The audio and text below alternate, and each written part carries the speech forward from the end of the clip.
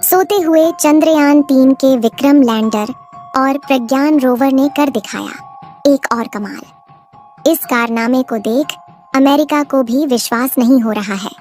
दोस्तों, जैसा आप सभी को पता है कि 4 सितंबर के दिन हमारे चंद्रयान-3 को इसरो के वैज्ञानिकों के द्वारा रेडियो सिग्नल के जरिए स्लीप मोड में डाल दिया गया था।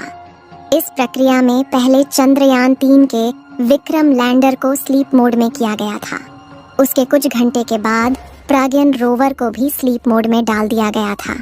साथ ही प्रज्ञान रोवर और विक्रम लैंडर की पोजीशन को ऐसे किया गया था कि जैसे ही 22 सितंबर को चांद पर सूरज निकले तो सीधा उसके सोलर पैनल पर सूरज की रोशनी पड़े, जिससे कि वह दोबारा जाग सके और अपनी मिशन को दोबारा से पूरा कर सके।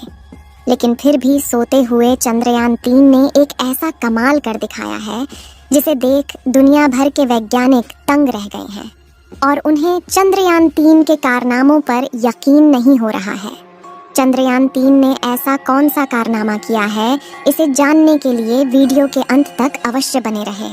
इसरो के वैज्ञानिकों ने विक्रम लैंडर को स्लीप मोड में डालने से पहले एक और कमाल कर दिखाया था, जिसमें चंद्रयान-3 के विक्रम लैंडर के चारों थ्रस्टर्स यानी इंजन को चालू करके इसे 30 से 40 सेंटीमीटर ऊपर की तरफ उठाया जाता है और उसके बाद इसके स्थान को चेंज करके इसे दूसरी जगह पर लैंड कराया जाता है। आपको जानकारी के लिए बता दें कि चंद्रयान-3 के लैंडर को दोबारा से उड़ने के लिए नहीं बनाया गया था। इसका मकसद केवल एक बार चांद की सतह पर सॉफ्ट लैंडिंग करना था। उसके बाद वहां पर जानकारियां जुटाकर और साथ ही प्रज्ञान रोवर की जानकारी को धरती तक सफलतापूर्वक पहुंचाना था। दोस्तों, यह भारत के लिए एक ऐतिहासिक जीत थी, क्योंकि ऐसा इतिहास में किसी भी देश ने नहीं किया था। जबकि हमारे भारत देश के होनहार वैज्ञानिकों ने चंद्रयान के लैंडर को कुछ मीटर की ऊंचाई पर ऊपर की ओर उड़ाया और फिर उसके जगह को चेंज करके दूसरी जगह पर उसकी लैंडिंग सफलतापूर्वक कराई गई। आपको बता दें कि हमारे चंद्रयान के प्रज्ञान रोवर ने चांद की धरती पर ऑक्सीजन को भी खोज लिया है। चांद की धरती पर ऑक्सीजन का पाया जाना किसी खजाने से कम नहीं है, क्योंकि आपको पता ही होगा कि मानव जीवन के लिए ऑक्सीजन कितना ज्यादा उपयोगी है। हालांकि चंद्रयान-3 चांद पर हाइड्रोजन की खोज नहीं कर पाया, जबकि इसके साथ साथ और भी कई सारे तत्वों की खोज किया है, जिनमें sulphur, aluminium, calcium, iron, chromium, manganese और सिलिकॉन शामिल है।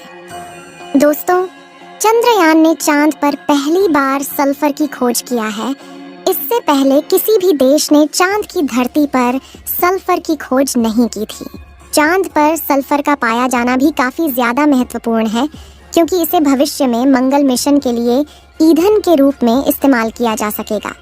लेकिन इसी बीच अमेरिका देश को यकीन नहीं हो रहा था कि भारत ने चांद पर चंद्रयान को भेजा है या फिर केवल एक मनगढ़ंत कहानी है।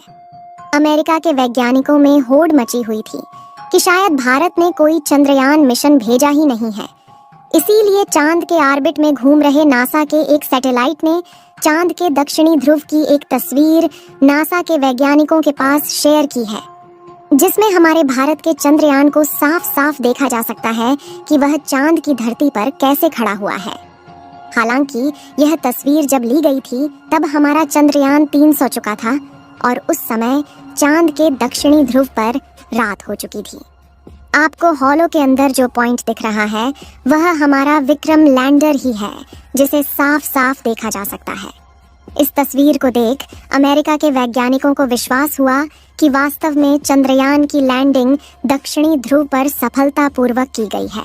जैसा कि आपको मालूम होगा कि हमारे चंद्रयान-3 के साथ ऑर्बिटर को नहीं भेजा गया था, क्योंकि चांद की कक्षा में चंद्रयान-2 का ऑर्बिटर पहले से ही घूम रहा था और वैज्ञानिकों ने चांद की कक्षा में घूम रहे चंद्रयान-2 के ऑर्बिटर को ही इस्तेमाल करके चंद्रयान-3 के डाटा को साझा किया था।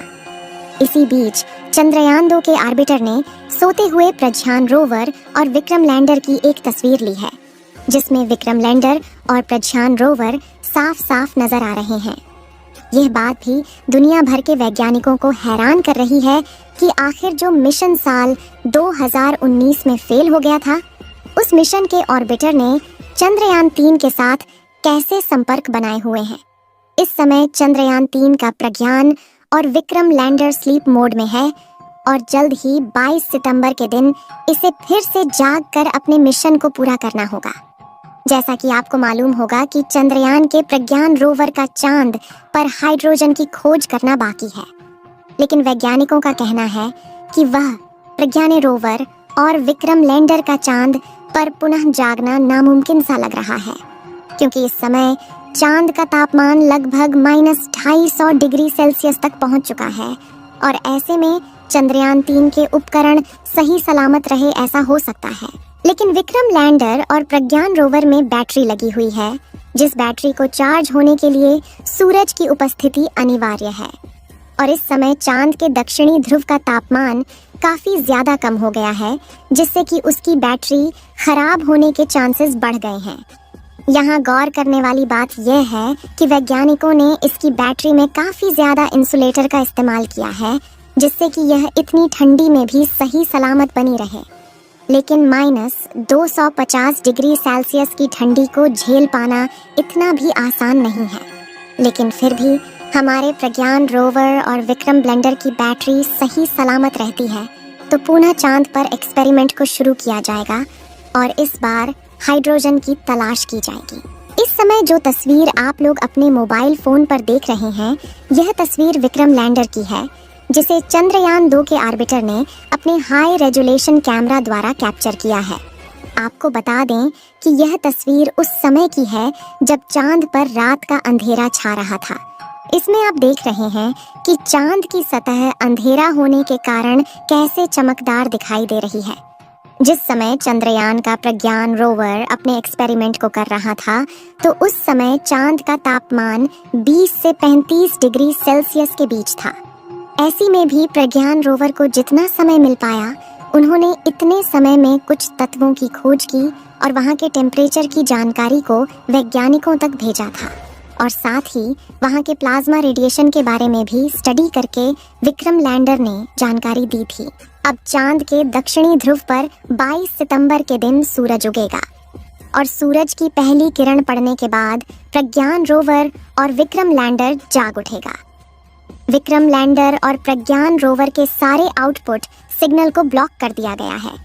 केवल विक्रम लैंडर के इनपुट सिग्नल को चालू रखा गया है ताकि जब 22 सितंबर के दिन चांद पर सुबह हो तो वैज्ञानिकों के द्वारा रेडियो सिग्नल के जरिए दोबारा से चंद्रयान को जगाया जा सके। और अगर विक्रम लैंडर सही सलामत रहा तो रेडियो सिग्नल का जवाब वापस धरती तक आएगा। इस वीडियो को यहीं पर खत्म करते हैं। आप सभी लोग चंद्रयान-3 के दोबारा से जागने की दुआएं कमेंट में करते रहे ताकि हाइड्रोजन की खोज की जा सके। इस वीडियो को एक लाइक जरूर करें और अपने मित्रों तक इस वीडियो को शेयर करें ताकि उन्हें भी जानकारी मिल सके और अपने भरोसेमंद चैनल को सब्सक्राइब जरूर करें और बेल आइकन को ऑल पर सिलेक्ट करना बिल्कुल ना भूलें। मिलते हैं किसी और नॉलेजेबल वीडियो के साथ। वीडियो को अंत तक देखने के लिए धन्यवाद।